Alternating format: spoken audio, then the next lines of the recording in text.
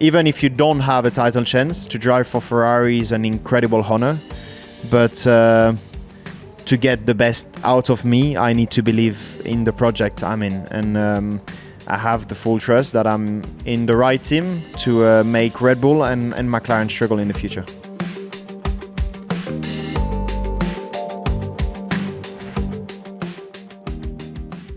Welcome everybody to this week's F1 Beyond the Grid, and I am delighted to say that we're joined by Charles Leclerc.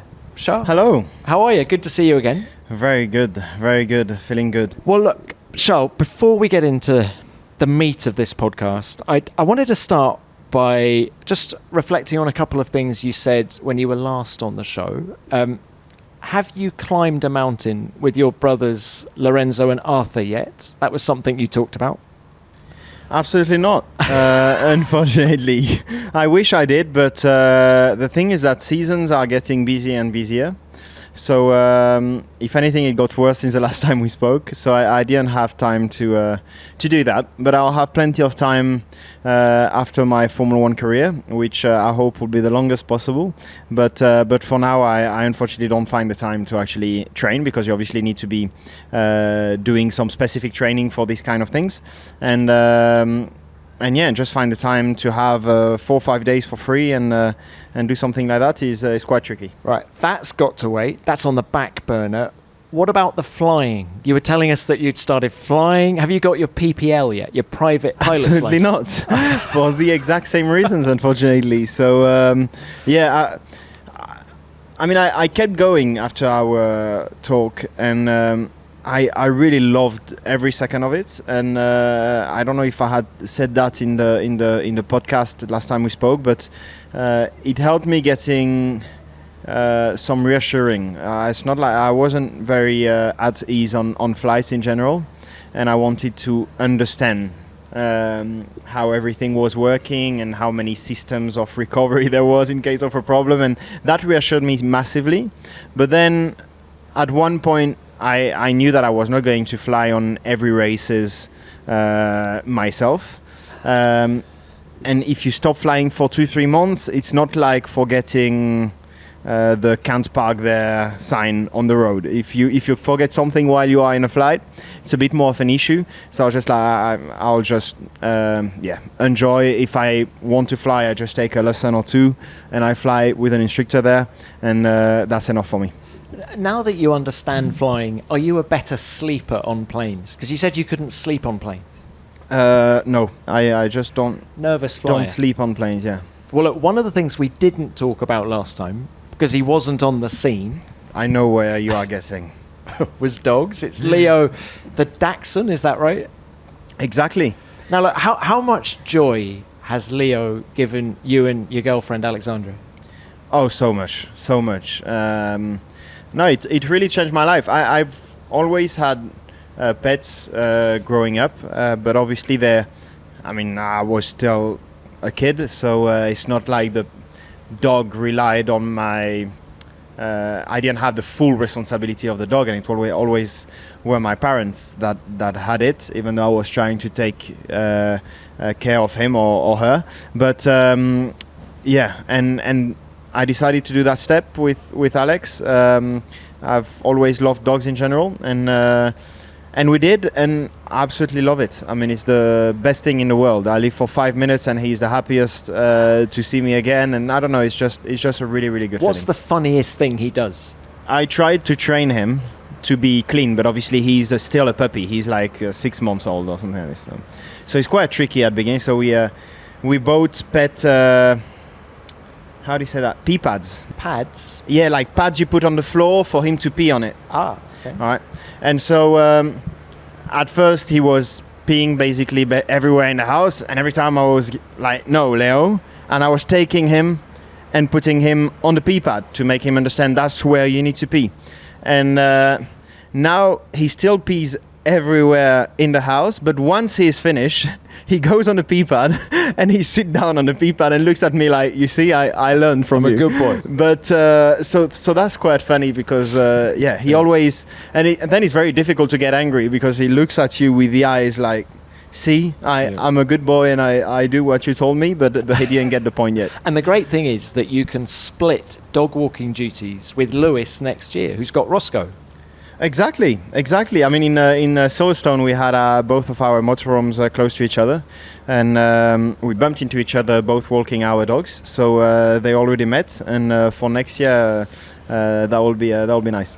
Well, look, we'll come on to next year later, but let's now talk about 2024. We're at the halfway stage. What is your overriding feeling as to how things have gone so far?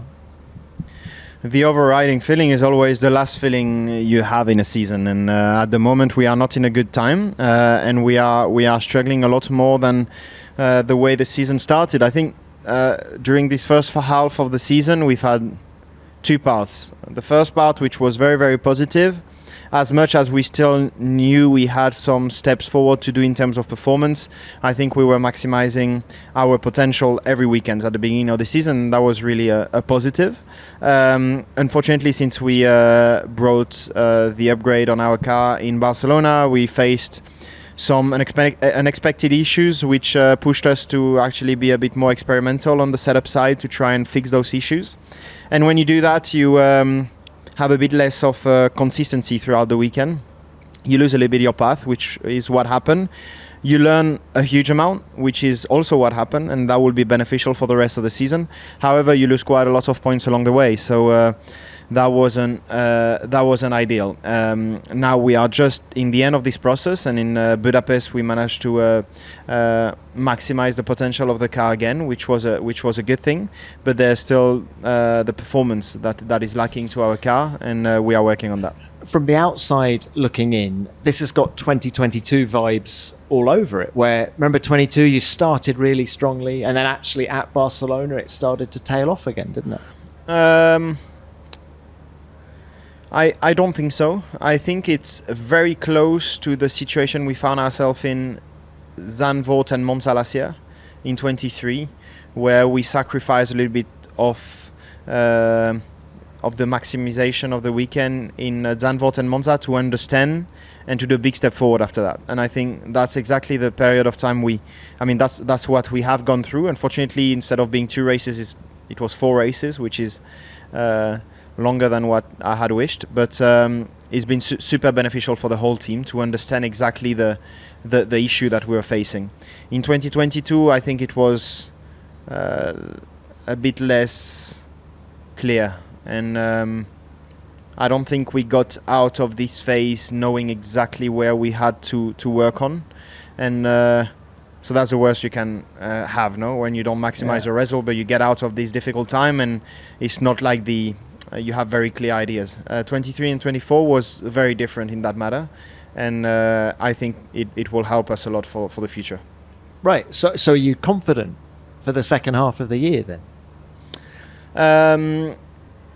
The only thing that changes compared to 23 is that we had a very quick fix in 23 to the issues we understood. We understood the issues. I really believe that we have a fix. However, it's probably not short term, but not long term either. I cannot go too much into details though.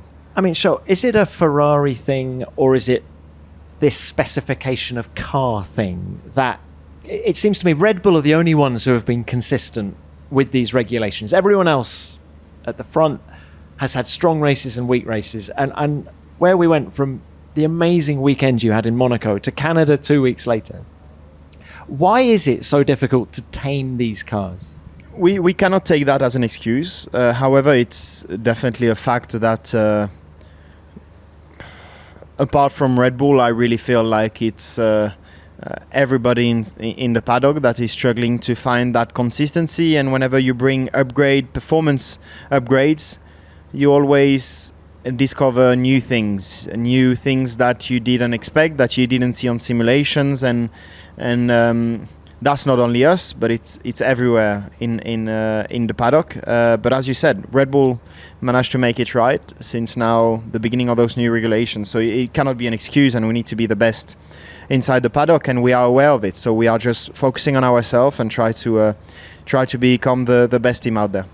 I mean, Charles, do you find moments like this difficult? Because you're long overdue a consistent run of success. And how do you stop frustration creeping in? By focusing on the present. I think if you start to have expectations or focusing on the wrong things, frustration can arrive. To say that I'm happy in a situation like that will be to lie. I'm not happy, but being frustrated is not the word. I mean, I'm very, very motivated to try and turn the situation around. Unfortunately, it's been a bit too long that we have been saying that as a team, and we need to do that now. But it's not to think about that will help us. It's just to think about what are the issues at the moment and what we can do in our power now to get better in the future. But that's the only thing we can focus on. How long do you dwell on a bad weekend? I mean, they always say, don't you, you learn more from losing than winning. You do, but you learn as well on winning, especially again with those generation of cars, because when things are going right, like in Monaco, and everything ticks and everything just works out, you also need to understand why it went so well on a weekend like this. So you learn in both ways, but for sure there's been quite a lot of unexpected things that we did not expect in the last few upgrades that we brought, and that we also learn from that. Look, while we're talking about learning and mentality, I'm reminded of a speech that Roger Federer gave earlier this year at Dartmouth in the USA, in which he talked about, we're talking about a guy who had a lot of success, 20 Grand Slam victories, yet he only won 54% of the points he played. And the point he was making to these students was that a point is only a point, and you have to move on and focus on the next point. And is that your approach to races, good or bad? You have to focus on the next point? This for sure. I think as an athlete, but also as a team overall, I think there's something in sport in general, is that you are as good as your last performance. And so you cannot rely on how good of a momentum there's around you, or how bad of a momentum there's around you. I think the best thing you can do as an athlete is just to focus on yourself and to be as emotionally flat as possible. When you're hiring, it feels amazing to finally close out a job search. But what if you could get rid of the search and just match? Well, you can with Indeed. Forget what you think you know about hiring, spending hours filtering through applications and posting job descriptions. Indeed is the ultimate matching and hiring platform, with over 350 million global monthly visitors, and it's on hand to help you streamline your hiring processes and connect with quality candidates faster. According to a recent Indeed survey, 93% of employers agree that Indeed delivers the highest quality matches compared to other job sites. And what's great is that Indeed does the hard work for you by matching you with the right people for the job from the start. Plus, you can schedule, screen, and message candidates all from one place, making a usually difficult and time-consuming task so much easier. And if you've ever gone through the hiring process before, you'll know exactly what I mean. Better yet, Indeed's matching engine is constantly learning from your preferences, so the more you use it, the better it gets. Whether you're a small business or a big corporation, Indeed has you covered. Join more than 3.5 million businesses worldwide who trust Indeed to hire great talent fast. And listeners of this show will get a $75 sponsored job credit to get your jobs more visibility at Indeed.com/grid. Just go to Indeed.com/grid right now and support our show by saying you heard about Indeed on this podcast. Indeed.com/grid. Terms and conditions apply. Need to hire? You need Indeed. Want to get closer to Formula One than ever before? F1 Experiences has you covered. F1 Experiences ensures you get the very most out of your Grand Prix weekend, with ticket packages offered at every race on the calendar. That means you can be there for one of the final races of 2024 at circuits like Monza, Mexico, and Vegas. Or start planning a trip next year and take in the spectacle of Monaco, soak up the sun in Miami, or visit an historic track such as Suzuka, Spa, or Silverstone. From the best grandstands to world-class hospitality, plus exclusive access like pit lane walks, tours of the paddock, and appearances from top F1 insiders, there's no better way for you to experience the ultimate race weekend. F1 Experiences, the closest you can get to Formula One. Visit f1experiences.com/beyondthegrid to book your official ticket package today. Please tell me that you weren't emotionally flat after winning Monaco. Oh no! Oh no! I mean, you let the emotions out for sure, and I did on the Sunday night. But then you wake up on the Monday morning, and that's the first thing you tell yourself is just, oh, that was one incredible race and moment I will forever remember, and probably one of the highlights of my career once I'll retire one day. But I cannot just think about it for too long. Now it's up to focusing to the next race already, and things are going quick. And whenever you win a race, you can be sure that there are the other 19 drivers that are focusing extremely hard to try and beat you at the next one, and that's how it goes. So you cannot rely on the past good race. No, look, I get that, but when I talk to you about Monaco now, how vividly do the memories come back? Can you almost remember all 77 laps of that Grand Prix? As sad as it sounds, not really. What about the quali lap? Probably the last 10 laps. Okay. I don't even remember my quali lap. No, the last 10 laps, because as I said, it was probably the first time in my career where the emotion took the upper hand on, and you never want that whenever you are behind a steering wheel in a Formula 1 car in Monaco. But 10 laps to go, I really felt that I was really emotional, and that I had flashbacks of my whole career and important moments of my career. But I also knew that that was the last thing I wanted at that time, and I quickly recovered from it mentally. I think it lasted probably half a lap, and I was like, come on, Charles, stop thinking about this and just do you really get it to have the end. Do you have those conversations with yourself in the car? Yeah, you realize, because something that I've learned also along my career is to be super self-critical, and do you think you can be too harsh on yourself though sometimes? No, I'm very harsh on myself, but that's the way it works for me. Then, as I said earlier, the most important thing is not to dwell too long on mistakes and to move on. But I'm very harsh with myself whenever I do a mistake, whenever I do something wrong, and I like to analyze why wasn't I on my 100%. But this is always a process that I go through, and as soon as I have the answer, it's important to move on. But do you think you drove on another level at Monaco? Yeah, I was driving very well, and that's for sure, and I was really happy with my overall performance. This no doubt. On another level, I don't know what would that mean. On my best level, for sure. But there's been other weekends where I've been working, where I've been driving just as good.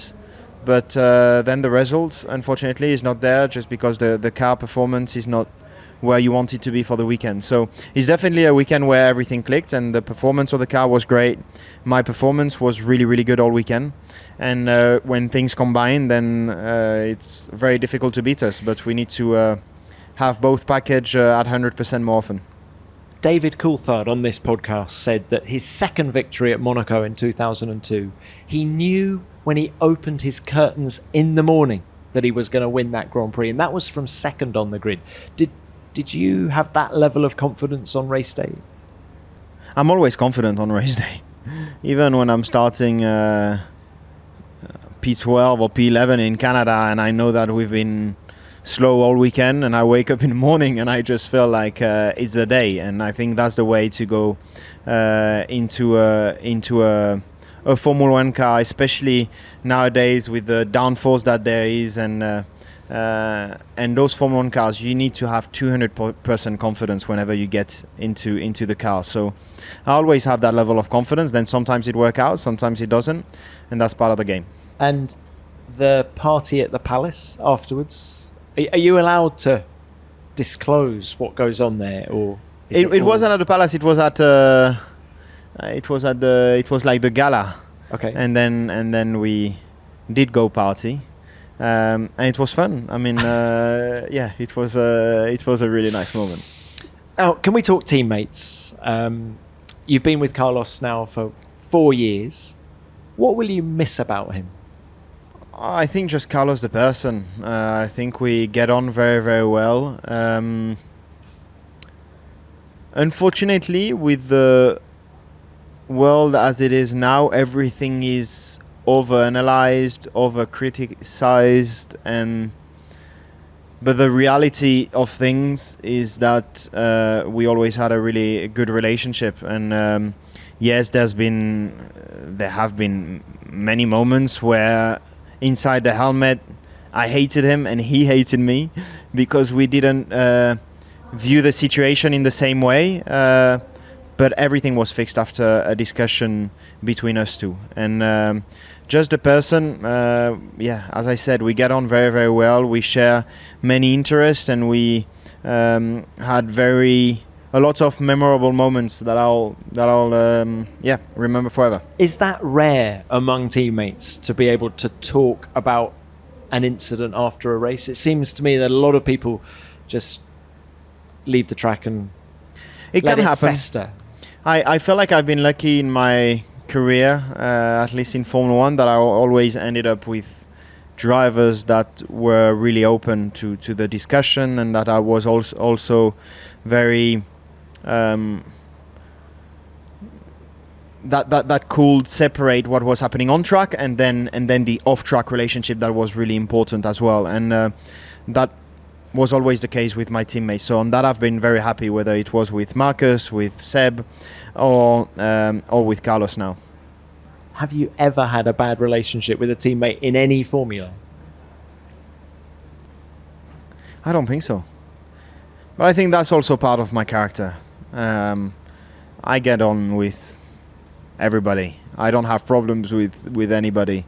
I'm trying to think, huh? Well, Charles, I'm reminded of the video that George sent around to everybody after the drivers' press conference in Monaco. Exactly.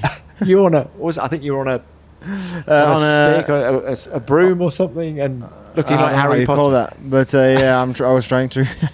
Thanks for that, George. Yeah. I wish he didn't show that picture, but yeah, no. I mean, I've always had. But that's all in good fun and exactly. Good spirit. I mean, with George, Alex also was my teammate.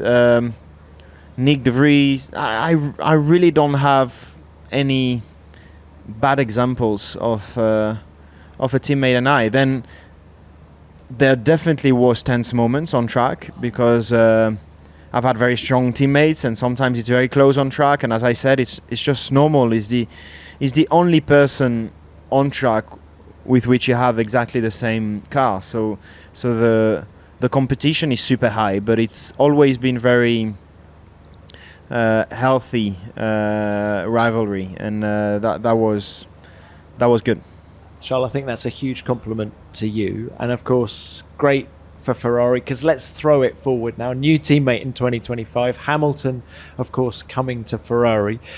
What kind of an impact do you think he'll have on the team? I mean, obviously extremely positive. I think when a champion like Lewis gets to any team, it brings a lot of motivation out of every single person out of the team. So that will be obviously the first really positive effect it will have on Ferrari, and obviously he will come also along with all the experience that he's had over the years with Mercedes, a different way of working, a different vision, and this is always benefiting a team. And then, other than that, obviously for me it's going to be amazing because I'll have in the same car as me the most successful driver in F1 history, and that will be both extremely interesting for me to learn from one of the best ever, and as well as a really big challenge and motivation to beat Lewis and to show what I'm capable of. Charles, if you beat Lewis, what will that say about you?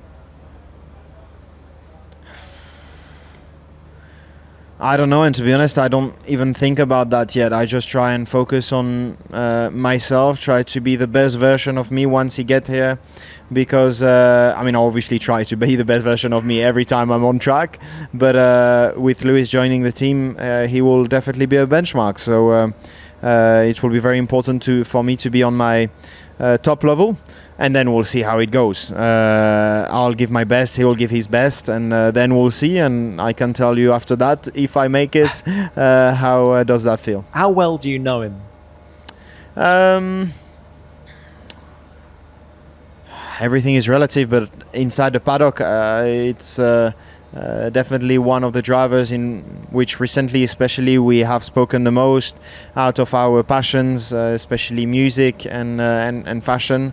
So it was good to exchange about this subject especially, but then outside the track it's not like we have been spending so much time together yet, but that obviously will happen once he joins the team. With all the extra duty we have outside the track, we'll get to know each other even more.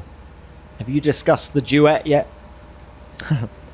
I told him, but we have very different genre, so it's going to be difficult to do a mix of my music and his music, but why not? Maybe one day. I don't know. I think it will be very difficult to mix our music. You know that Lewis likes ice cream? He does? Mm-hmm. Well, that's a good thing. I've got a good news for him. How are sales of Lec, your ice cream? Amazing. I mean, a lot. Not that I expected it to go bad, but a lot better than what I initially thought, which is a great thing. I mean, I was searching for fun projects, and this was ticking all the boxes. And ice cream has always been a product that I've absolutely loved. I was really searching for something that I could eat a bit more often without feeling guilty of not following my diet.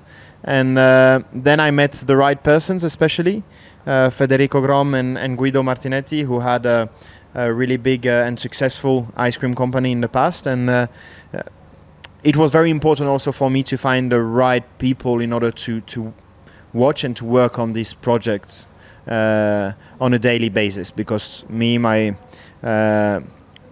first priority is to become the best Formula 1 driver possible on track, and there's 99% of my time is dedicated to that goal.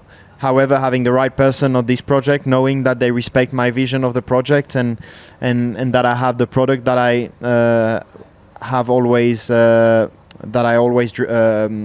wanted, gives me makes me happy. So, like, what is special about your ice cream? Is it healthy ice cream? Is that why you say you can eat it without feeling guilty? It's reduced in calorie by quite a bit, but obviously the main important point was for it to be good and low in and reduced in calorie, and that's what we achieved. Is it good enough for Nico Rosberg yet? Is he selling it in his shop in Ibiza? Oh, that's true. That's it's not good enough for Nico yet. Well, I'm sure it's good enough for Nico, but he probably didn't try it yet, so that's why he doesn't have it in his shop. Real quick, what's the easiest choice you can make? Coffee over tea? A window seat instead of an aisle seat when traveling? Well, what about selling with Shopify? If you're an entrepreneur with big dreams for your business, Shopify is the global commerce platform that you need in your corner. It helps you sell at every stage of your business, whether you're just starting out or close to hitting 1 million orders. Shopify's there to help make your goals a reality. It doesn't matter if you're selling scented soaps or outdoor outfits. They help you sell everywhere with their all-in-one e-commerce platform and in-person POS system. Sell more with less effort thanks to Shopify Magic, your AI-powered all-star that conjures up captivating content that converts. From blog posts to product descriptions, it can even generate instant FAQ answers. I love how empowering Shopify is for business owners, arming you with the tools you need to build your brand and connect with customers. It holds the record for the internet's best converting checkout, 36% better on average compared to other leading commerce platforms, helping you turn browsers into buyers like nobody else. In fact, Shopify powers 10% of all e-commerce in the US and is the global force behind Allbirds, Rothy's, and Brooklinen, and millions of other entrepreneurs of every size across 175 countries. And their award-winning help is there to support your success every step of the way. Because businesses that grow, grow with Shopify. Sign up for a $1 per month trial period at shopify.com/beyondthegrid, all lowercase. Go to shopify.com/beyondthegrid now to grow your business no matter what stage you're in. Shopify.com/beyondthegrid. Now look, let's bring it back on track. Look, the remainder of this season, I want to throw a quote at you that Fernando Alonso served up recently where he said, the rest of this season is all about making 2025 good for his team. Is that where you're at? Would you sacrifice the remainder of 2024 if 2025 can be a concerted championship challenge? With a question like this, I will say yes. However, you never have...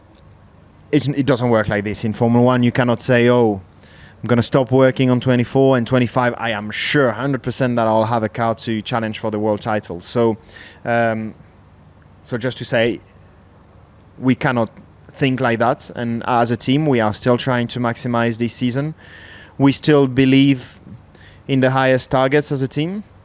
It's still a long way to go. The momentum is not with us at the moment, but we are, as I've said, we've learned a massive amount with the experiencing we have done for 3 or 4 races.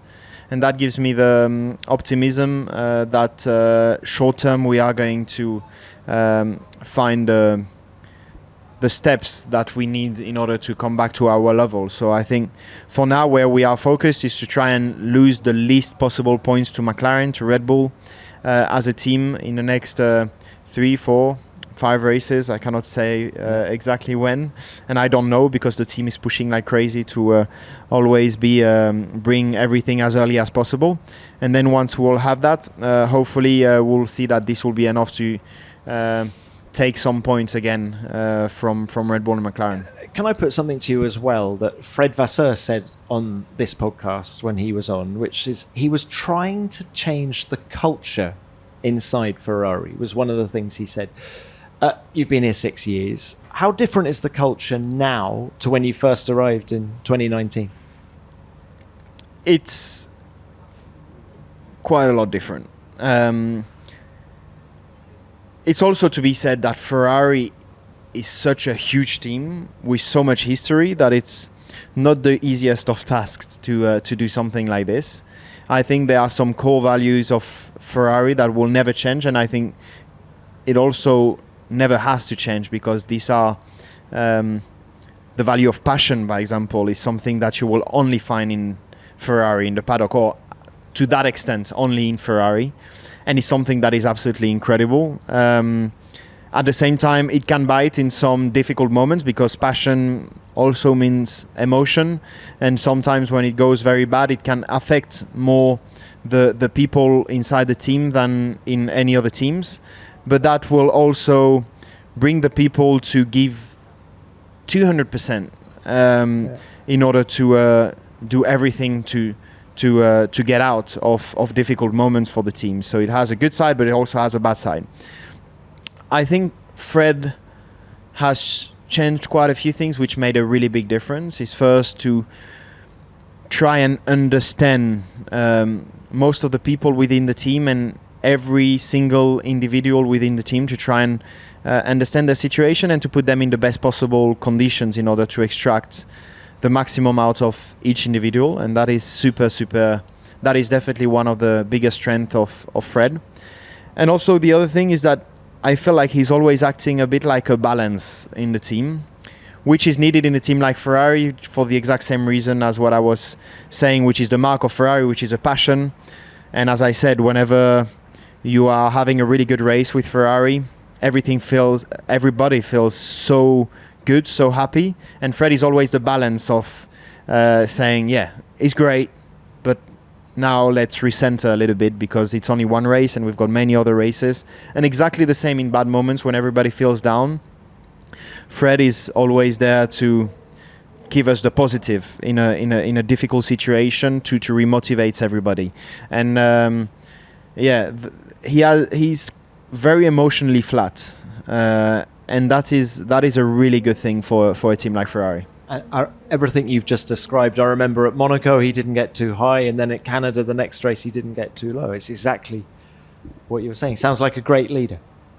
Exactly. That's what was needed in Ferrari, and that's what is needed in Ferrari. So I'm completely confident and have full trust in what Fred does. And full confidence that you can win the World Championship with Ferrari. Yes, for sure.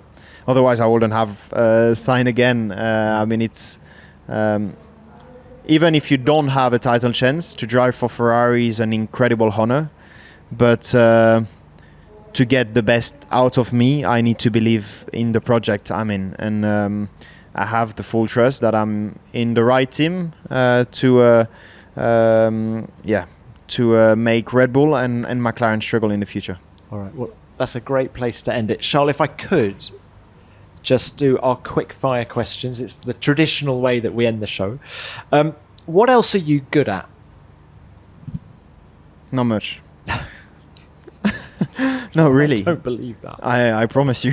I mean, you can test me. Go bring me skiing, bring me at football, basket. I am useless. I'm only good at driving. No, skiing I'm acceptable now because I've taken quite a few lessons. Paddle, I think I'm good, but I'm not. No, Do you cook?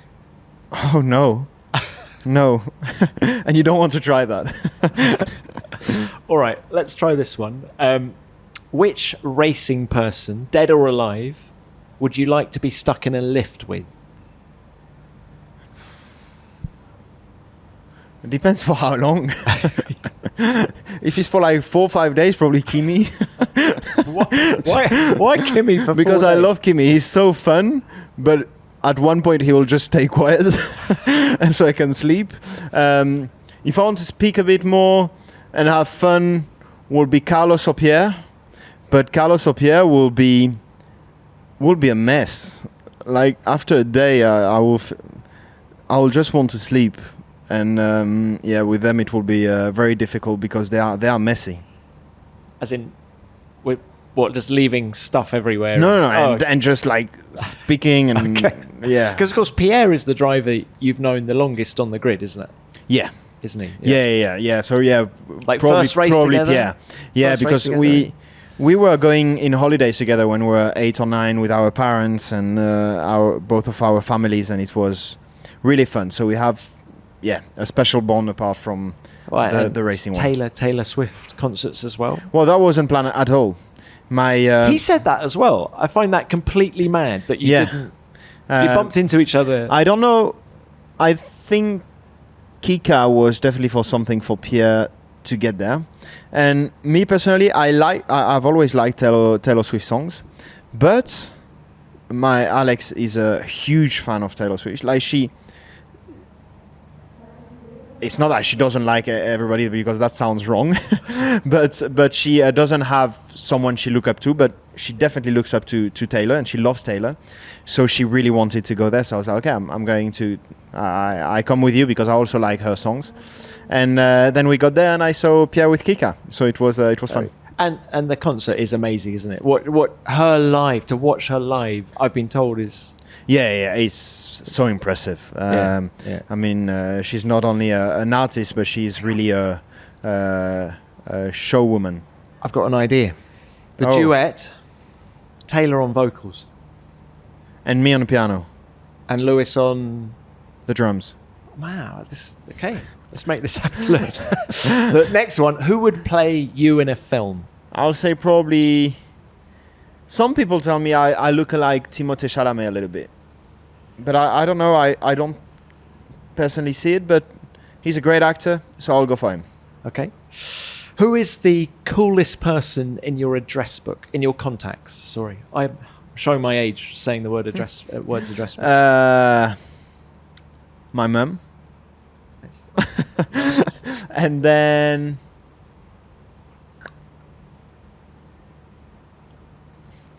My brothers.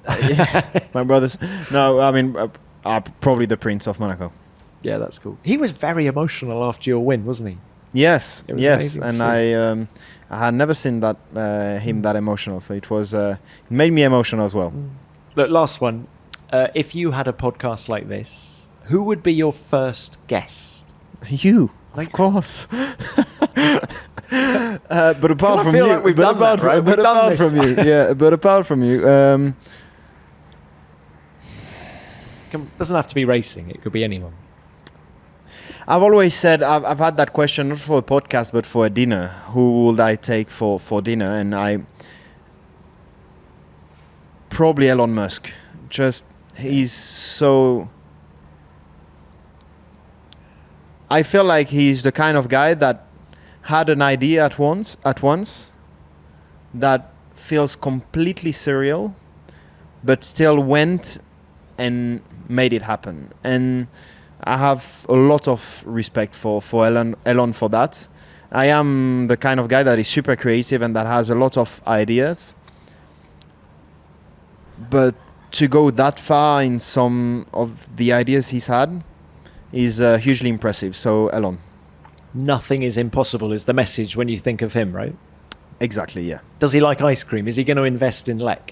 Oh, I mean, I don't know. I don't know Elon at all. So yeah. I mean, if he wants to, I'm sure we can we can speak. Charles, it's been brilliant to catch up with you again. Thank you for your time. Perfect, thank Best you. of luck with everything in the future.